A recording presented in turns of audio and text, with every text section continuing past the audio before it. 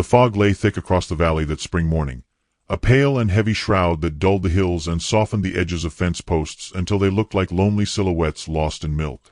A cabin squatted at the end of a narrow trail, its chimney breathing a thin curl of smoke, the lantern inside glowing faint as a single ember against the swallowing gray. The earth was damp, still half dreaming from the night's mist, and the dew clung to blades of grass like tears that had nowhere else to fall. A figure moved along that trail, stumbling more than walking, her skirt snagged in the briars, her boots caked in mud. Mary Beth Collins, 19 years old, carried the kind of weariness that pressed into the marrow. Her body, large and heavy from birth, was bent with more than weight. It bore the ridicule, the bruises, and the gnawing emptiness of days gone without bread. She wrapped her arms around herself not for warmth, but as if to hold together the shreds of her own resolve.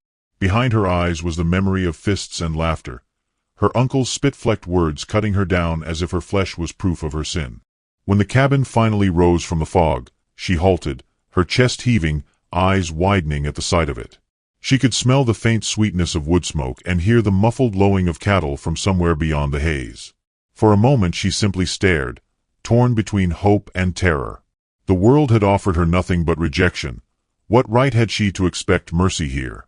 Yet hunger had a way of chasing out pride, and loneliness had a way of pushing even the most wounded soul toward another door.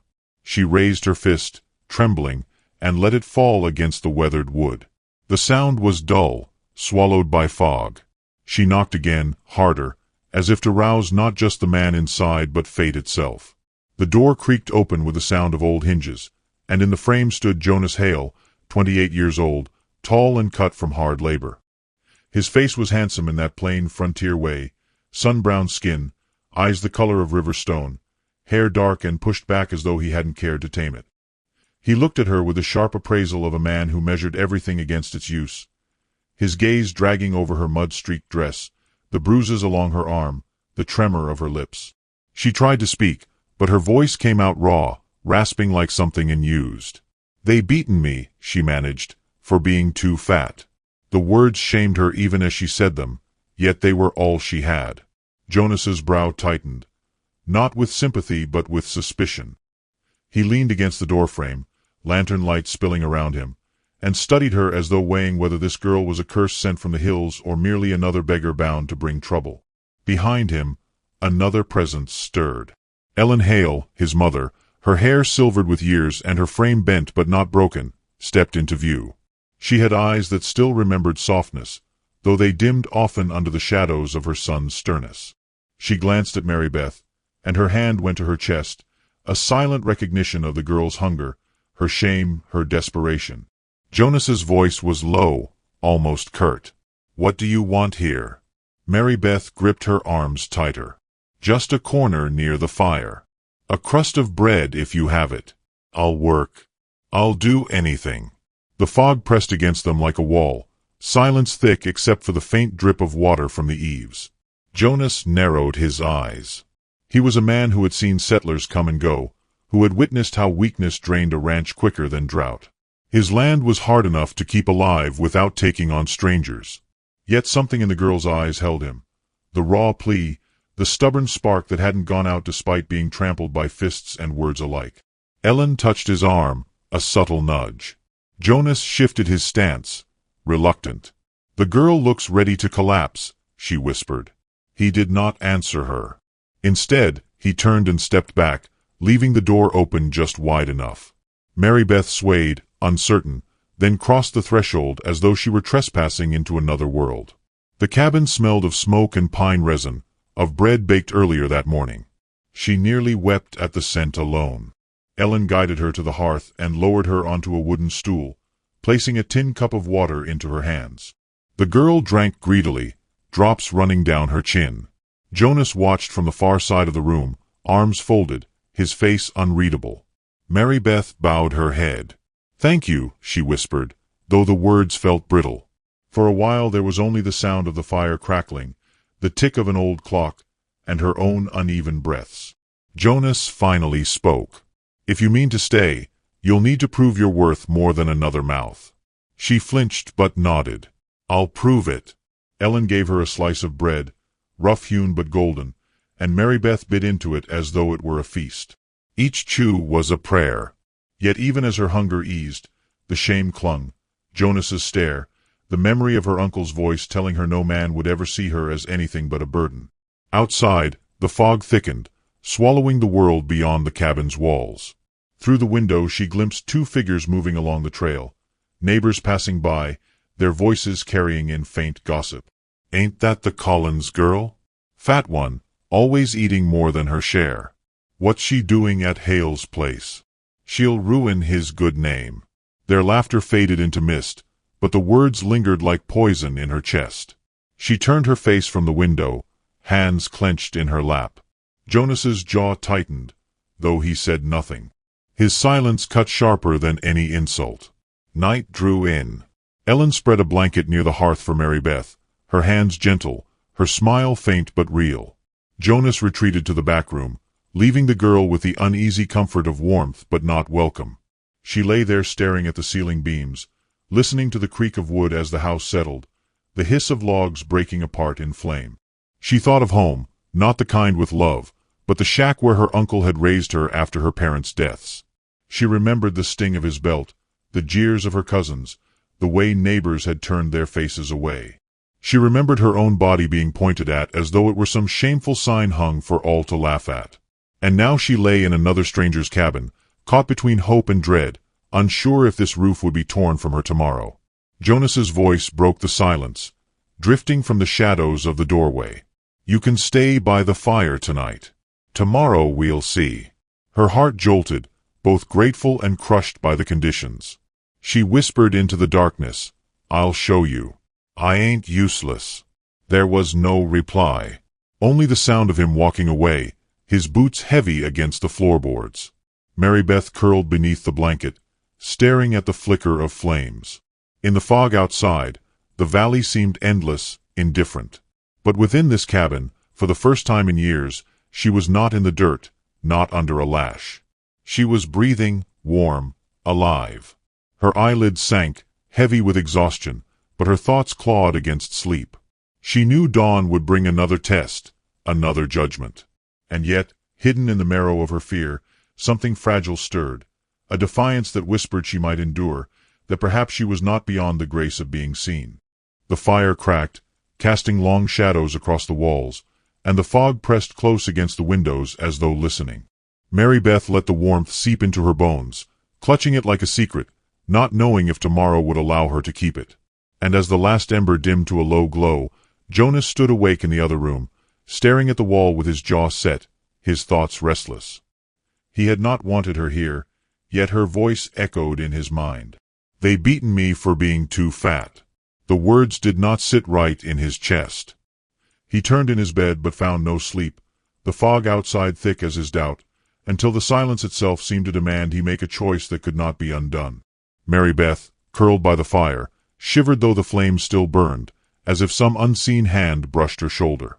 Tomorrow would come, heavy with its reckonings. And when it came, she would either be cast out once more into the endless fog, or find, against all odds, that she had knocked on the one door that would not close against her. The morning came with a gray stillness, the fog having thinned but not lifted, hanging low across the valley like a veil left after a wedding gone wrong. The rooster crowed somewhere distant, muffled in the damp air, and the scent of coffee rose from the hearth. Mary Beth stirred under the blanket near the fire, her body heavy with sleep but her heart quick with dread. She opened her eyes to find sunlight struggling through the small cabin window, filtered and pale. For a moment she forgot where she was, until the creak of footsteps on the floor reminded her. This was not her uncle's shack, nor the dirt where she often lay beaten. This was the Hale cabin. She was still inside. Ellen Hale moved quietly about the room, setting bread and a small crock of jam on the table, her hands moving with the ease of decades. She glanced at Mary Beth, offering a faint smile that did not ask for anything in return. Mary Beth pulled herself upright, clutching the blanket to her chest, ashamed of how desperate she must look, how wide her form appeared even seated by the hearth. Her hair hung in snarls about her shoulders, and the bruises on her arms had bloomed deeper overnight, violet and black against pale skin. Ellen broke a piece of bread and placed it on a plate, then poured warm milk into a tin cup. "Eat, child," she said softly. "You need strength if you mean to stand tall." Mary Beth's throat tightened. She wanted to refuse, to prove she was not only a mouth to feed, but the smell of fresh bread was too strong. Her fingers shook as she tore into the crust, each bite both salvation and shame. She felt Jonas's eyes on her before she even turned. He stood in the doorway of the back room, hair tousled from sleep, shirt half-buttoned, arms folded across his chest. His gaze was not kind, not cruel, but measuring, as though he weighed every chew of bread against the worth of keeping her under his roof another day. She looked down at her lap, crumbs scattering over the blanket, and chewed more slowly. She swallowed hard, her voice breaking as she tried to explain. "I can work," she whispered. "I can clean, carry water, split wood even. I'm strong. I ain't asking to take without giving." Jonas's silence pressed heavier than words. Ellen's eyes flickered between them, worry softening her brow. She touched her son's arm briefly, but he stepped past her, heading for the door. He said only one thing before leaving. "Then prove it." The door shut behind him, the thud echoing like a challenge. Mary Beth sat frozen for a long moment, the bread turning to stone in her mouth. She swallowed hard and set the plate aside. By mid-morning she had wrapped her hands in cloth and gone outside to the woodpile. The fog still clung around the fence posts, the grass wet beneath her boots. She lifted the axe, its weight startling in her tired arms, and swung clumsily. The first log split crooked, nearly toppling. She gritted her teeth, adjusted her stance, and tried again. Sweat ran down her temples, though the air was cool. Her shoulders ached, her breath grew ragged, but she kept at it, each crack of the wood a defiance against every voice that had called her useless. Jonas returned from the barn, a bucket of milk in one hand. He paused to watch her, his face unreadable. She felt his eyes and swung harder, though the axe nearly slipped from her blistered hands. Her chest burned, her dress damp with effort, but she would not stop. She would not let him see her fail. Inside, she scrubbed the floor until her knees throbbed and her back screamed. She carried buckets from the well, spilling water down her dress, but returned for more. She gathered eggs, her large hands trembling as she tried not to crush the fragile shells. When she set them on the table, Jonas glanced at them briefly, then returned to mending a harness, saying nothing. His silence cut her worse than any insult. It was Ellen who finally placed a hand on Mary Beth's shoulder, guiding her to a chair. "That's enough for now, child. You'll break yourself before you get a chance to heal." Mary Beth nodded, but her throat closed with tears she would not let fall. She could not show weakness, not here, not now. Yet weakness came uninvited in memory. She saw again her Uncle Henry's face, red with anger, his spit catching in his beard as he shouted, "Too fat to be of use. Too big to marry. A drain on every crumb of bread." She remembered the lash of his belt, the laughter of her cousins, the way neighbors pretended not to hear her cries. The shame clung like soot to her skin, no matter how hard she scrubbed floors or split wood. When she carried the water pail again at dusk, her arms buckled. The bucket crashed to the ground, water splashing across the dirt. She fell to her knees, gasping. Jonas's boots appeared before her. She dared not look up, afraid to see contempt. But when she finally lifted her gaze, his eyes were not cruel. They were hard, yes, but there was something beneath, something like confusion, as though he could not understand why she fought so fiercely just to stay. Clara Briggs came walking up the path then, her figure tall and thin, her bonnet tied neatly, her lips curved with a knowing smirk. She was a neighbor, sharp-tongued and sharp-eyed, a woman who delighted in carrying tales. She glanced at Mary Beth on her knees, mud streaking her dress, then turned to Jonas with a laugh sweet as vinegar. "Well now, is this what you've taken in? The Collins girl, fat as a hog and twice as hungry. Folks in town are already whispering, Jonas. A man of your standing keeping company with the likes of her." Mary Beth's cheeks burned hotter than the fire. She wanted to sink into the ground, to vanish into the fog. Jonas's jaw tightened, and for a moment it seemed he would let Clara's poison settle. But then his voice came, low and steady. "She's under my roof. That's all anyone needs to know." Clara blinked, her smile faltering, then sniffed and turned away, skirt swishing as she left. Mary Beth's breath trembled in her throat. Jonas said no more, but his words had been shield enough. Still, she heard the silence that followed them, the weight of his unspoken doubts. That night, as Ellen placed another blanket near the fire, Mary Beth lay staring at the ceiling beams once more. She pressed her hands together, her lips moving in a prayer too quiet to wake anyone. Lord, let me be seen. Just once. The fire cracked softly, its glow warm against her cheeks. She closed her eyes, but sleep came jagged, filled with echoes of laughter and fists, broken by the memory of Clara's smirk. And yet, in the midst of shame, a fragile thread of hope wound through her heart, the memory of Jonas's steady voice saying she was under his roof. It was not kindness, not yet, but it was something. When she opened her eyes again, the embers had burned low, and through the thin curtain of fog outside she thought she heard footsteps on the path, moving slow, deliberate. Her breath caught. Someone was coming. The fog had thinned by morning, drifting in loose ribbons across the pasture as though the land were sighing out the last breath of night. Mary Beth stood in the yard with her skirts damp from dew, a feed sack slung awkwardly across her shoulders. The weight of it bent her forward, her knees trembling, yet she clung to the burden as if dropping it would be proof of every cruel word ever spoken against her.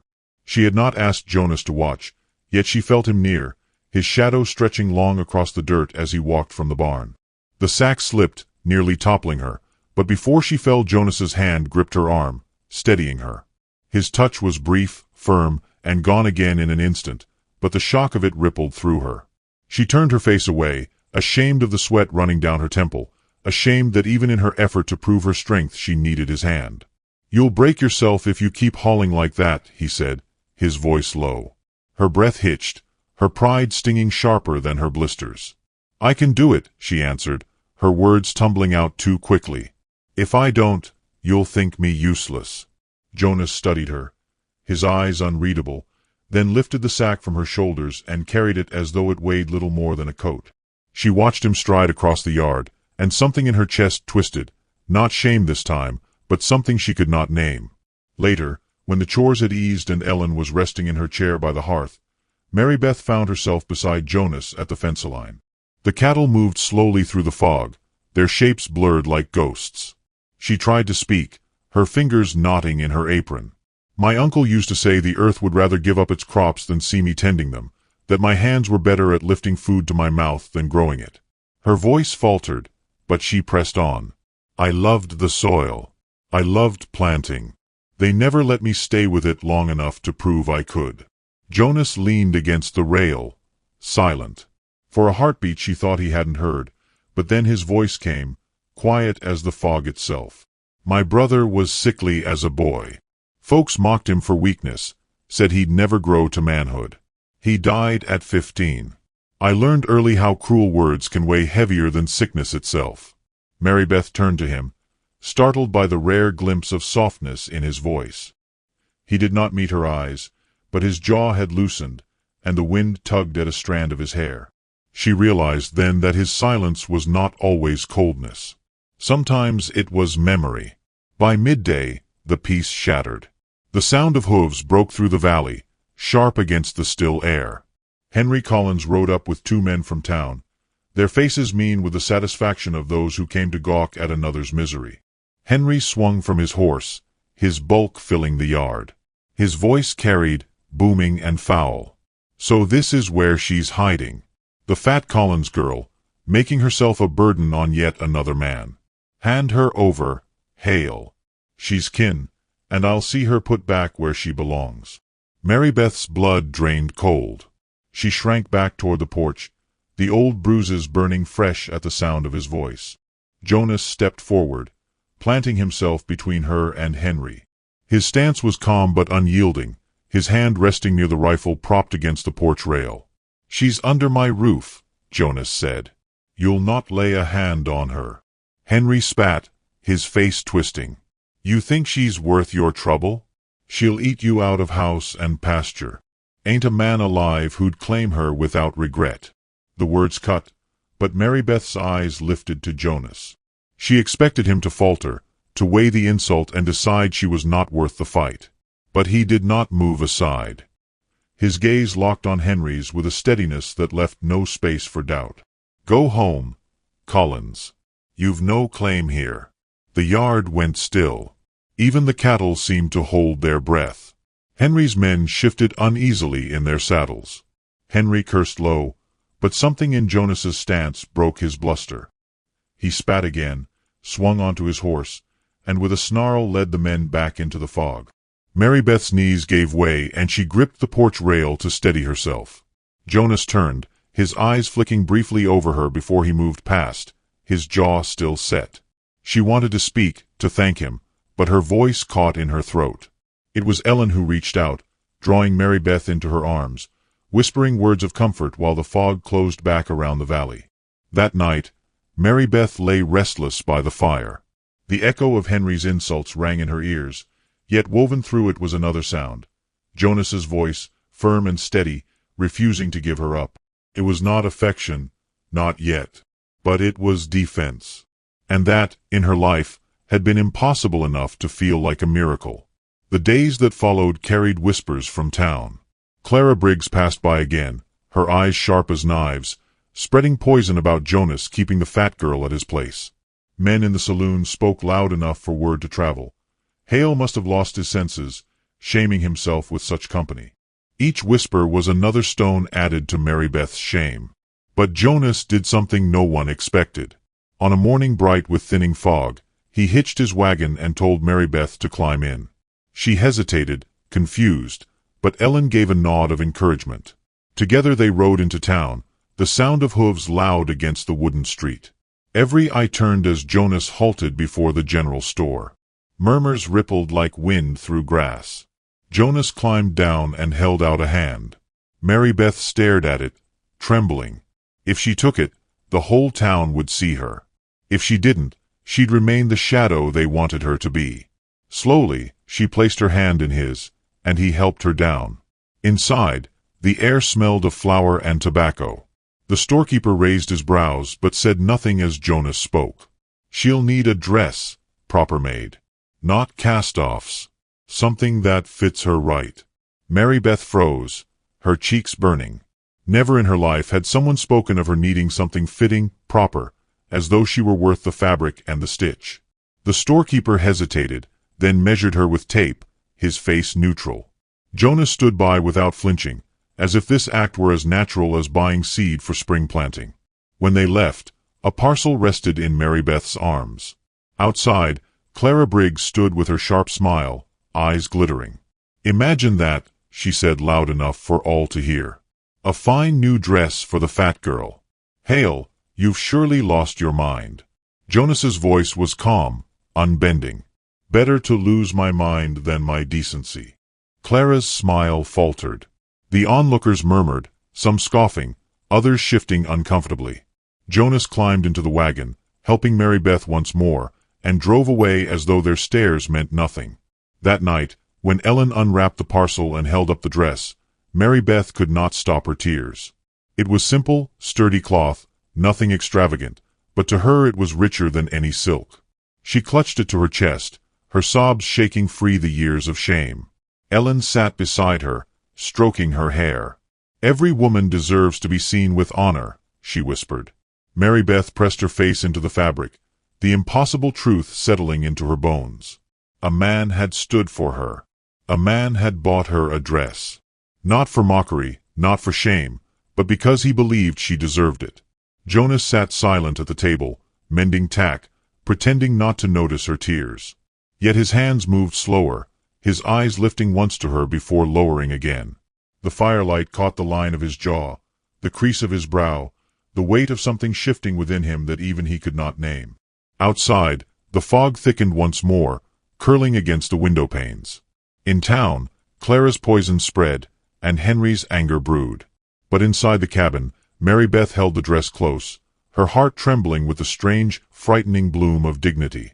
And though she could not yet see it, that small act, the impossible kindness of a man standing for her in the sight of all, was the seed of something that would change everything. The fire popped, the lantern hissed, and Mary Beth lifted her eyes from the dress to find Jonas's gaze flicking to hers across the glow. For the first time, he did not look away. The fog returned thicker than ever, rolling in from the valley like a living thing, swallowing fence posts and cattle alike until only their soft lowing drifted through the gray. Mary Beth stood at the cabin door, her new dress folded neatly over one arm, her fingers brushing the fabric as if afraid it might vanish. The morning's light had failed to break through the clouds, and everything carried the hush of waiting, something unseen gathering its breath. Ellen sat by the fire, her hands busy shelling beans, humming under her breath a tune so faint it might have been only the memory of a song. Jonas moved about the yard, silent, methodical, his boots sinking in the damp earth.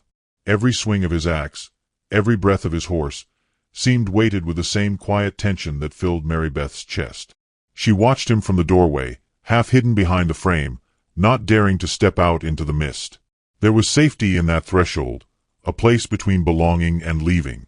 The cabin had become her refuge, but she knew how fragile such peace could be. One word from the wrong mouth, one visit from her uncle, and all of it might crumble like bread gone dry. Jonas straightened from the chopping block and looked toward her. Their eyes met through the fog. She froze, her heart giving a quick, foolish leap. He nodded once, not a greeting but a quiet acknowledgement, as if to say he saw her there, standing whole, no longer the girl who'd arrived bruised and starving.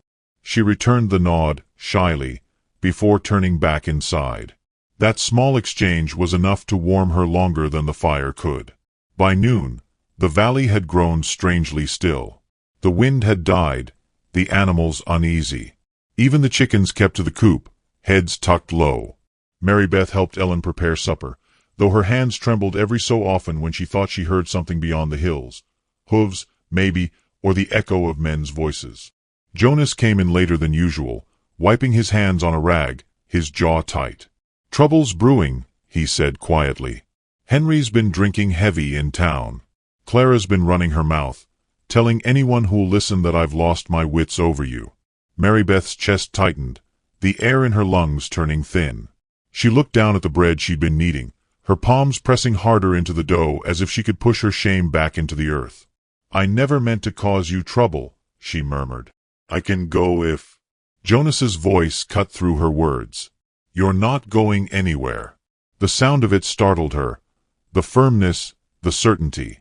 She lifted her head, meeting his gaze. There was something different in his eyes now, something steadier than mere pity. It silenced her apology before it could form.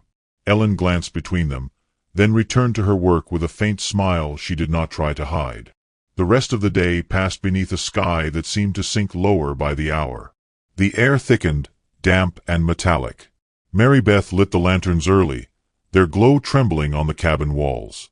Jonas checked the rifle, the motion casual but not careless. He'd heard something out there, though he didn't say it aloud. When night came, it came heavy. The fog pressed against the windows like a hand, and the fire crackled with the sound of breaking bones. Mary Beth sat near it, the light dancing across her face, softening the worry lines that had settled there since the morning. She thought of the dress folded on the bed, the fabric smelling faintly of soap and cedar. For the first time, she wondered if she might wear it not to hide herself, but to honor what had changed inside her. Then came the sound, hooves, clear this time, too many to mistake. Ellen looked up sharply, her knitting falling to the floor. Jonas was already on his feet, crossing to the door. "Stay inside," he said, his voice low, not harsh. Mary Beth rose too, but he turned, and his eyes held hers in a way that left no room for argument. "Please," he added, softer now. She froze, her heart hammering, and watched him step into the fog. Outside, shapes emerged, 3 riders, then 4, their outlines blurring at the edges like shadows made solid. Henry Collins led them, his bulk slouched in the saddle, a rifle resting across his lap. His voice carried through the mist, rough and thick with liquor. "Jonas Hale, you hand her over, or this night'll end in ruin." Jonas's stance didn't shift. His lantern cast a small, trembling circle around him, the fog curling through it like smoke. "She's done with you, Collins. Go home." Henry's laugh was low and mean. "Done with me? She's my kin, and I'll see her back under my roof where she belongs. No man keeps what don't belong to him." Ellen gripped Mary Beth's arm, but Mary Beth tore free. The sound of that voice, the one that had haunted every dream, every echo of her shame, pulled her forward. Before Ellen could stop her, she pushed open the door and stepped into the cold. The fog swallowed her whole. Her breath came quick and sharp as she stumbled toward the lantern light. Jonas turned in surprise when she appeared beside him, her hair unbound, her face pale but resolute. "Go back inside," he hissed. She shook her head, her voice trembling. "No more hiding." Henry sneered. "Well now, if it ain't the fat girl herself, thinking she's got a man to fight her battles. You think you're worth standing for, Mary Beth? You think he's gonna risk his skin for you?" She felt the words like blows, but this time she didn't flinch. "I ain't yours to claim, Uncle. Not now. Not ever." Henry dismounted, boots thudding into the mud. The other men shifted, uneasy. The fog twisted between them, blurring the line between courage and madness. Jonas stepped forward, his rifle low but ready. "That's far enough, Collins." Henry spat, rage lighting his face. "You think you're some savior? You'll regret this before dawn." Jonas's voice stayed calm, almost quiet. "Maybe. But she's not leaving with you." For a moment, everything stopped, the fog, the air, the beating of her heart. Then Henry lunged, grabbing for the rifle. The struggle was sudden, sharp, the sound of boots scraping in the mud. The gun fired once into the ground, a flash lighting the fog. Horses reared, men shouted. Mary Beth cried out, rushing forward, only to be pulled back by Ellen's frail arms. Jonas shoved Henry hard, sending him sprawling into the mud. The others hesitated, uncertain whether to fight or flee. The sound of the rifle's echo hung in the mist like thunder caught in a jar. Jonas's voice carried over it, steady and cutting. "The next man who steps forward bleeds for it." Silence followed. Henry rose slowly, mud streaking his coat, humiliation more than pain burning in his eyes. "You'll regret this, Hale," he spat. "The town'll turn on you same as they turned on her." He climbed onto his horse, glaring once more before wheeling away. The others followed, their shapes swallowed by fog. When they were gone, Jonas stood motionless, his chest rising and falling with quiet force. Mary Beth rushed to him, her trembling hands brushing mud from his sleeve. "You shouldn't have." He caught her hand, stilling it. "I should have long before now." The words hung there, fragile and real. For a heartbeat, the world was only them, the fog drifting around their bodies, the lantern light flickering like a promise that refused to die. Ellen appeared behind them, a shawl wrapped tight around her shoulders. She looked from Jonas to Mary Beth, her tired face softened by pride. "The world's cruel enough without us making it crueler," she said quietly. Then she turned back inside, leaving them in the hush of the fog. Jonas let go of Mary Beth's hand but didn't step away. The silence between them was no longer heavy. It was full, alive. Inside, the fire had burned low. Mary Beth knelt to stir it, her hands still shaking. Jonas closed the door behind them, the night sealed outside. He stood for a long moment, watching the light return to her face as the flames brightened. "You're safe now," he said. Her voice came softly, almost a whisper. "Safe because of you." He shook his head. "Safe because you stood your ground." Her breath caught, and she looked into the fire, not trusting her voice to answer. In the reflection of its light, his figure was a shadow beside hers, and she thought of how far she had come, from the girl who knocked starving at his door to the woman who had faced her tormentor without trembling. Ellen's gentle snore from the back room broke the silence, and the faint sound made Mary Beth smile through her tears. She rose slowly, the hem of her dress brushing the floor. Jonas stepped closer, unsure if words would ruin what silence already said. "You should rest," he murmured. She turned toward him. The firelight touched her cheeks, turning them gold. "Maybe. But not before I say thank you." He met her eyes, his voice rough. "Don't thank me, Mary Beth. You earned every breath of this peace yourself." Something in her heart broke open then, not in pain but in the quiet realization that she was loved, not with grand declarations, but with actions steady as the earth beneath them. She reached out, brushing her fingers against his sleeve. His hand covered hers, calloused and warm. Outside, the fog began to lift.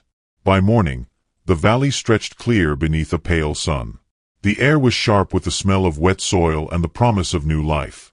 Mary Beth stood on the porch, her new dress catching the light, her hair loose over her shoulders. Jonas joined her, a mug of coffee in his hand. They watched the steam rise and fade, mingling with the breath of spring. Ellen appeared in the doorway behind them, leaning on her cane, her smile soft as dawn. "You two make quite a sight," she said. "The kind that gives a soul hope." Mary Beth looked out across the land that had once seemed endless and cruel. It no longer frightened her. It felt wide enough to begin again. Jonas turned toward her, the lines around his eyes deepening in the sunlight. "If you want to stay here, this is your home as long as you'll have it." Her lips parted, her breath catching. "You mean?" He nodded, his voice steady but gentle. "I mean, I'd be proud to have you here beside me."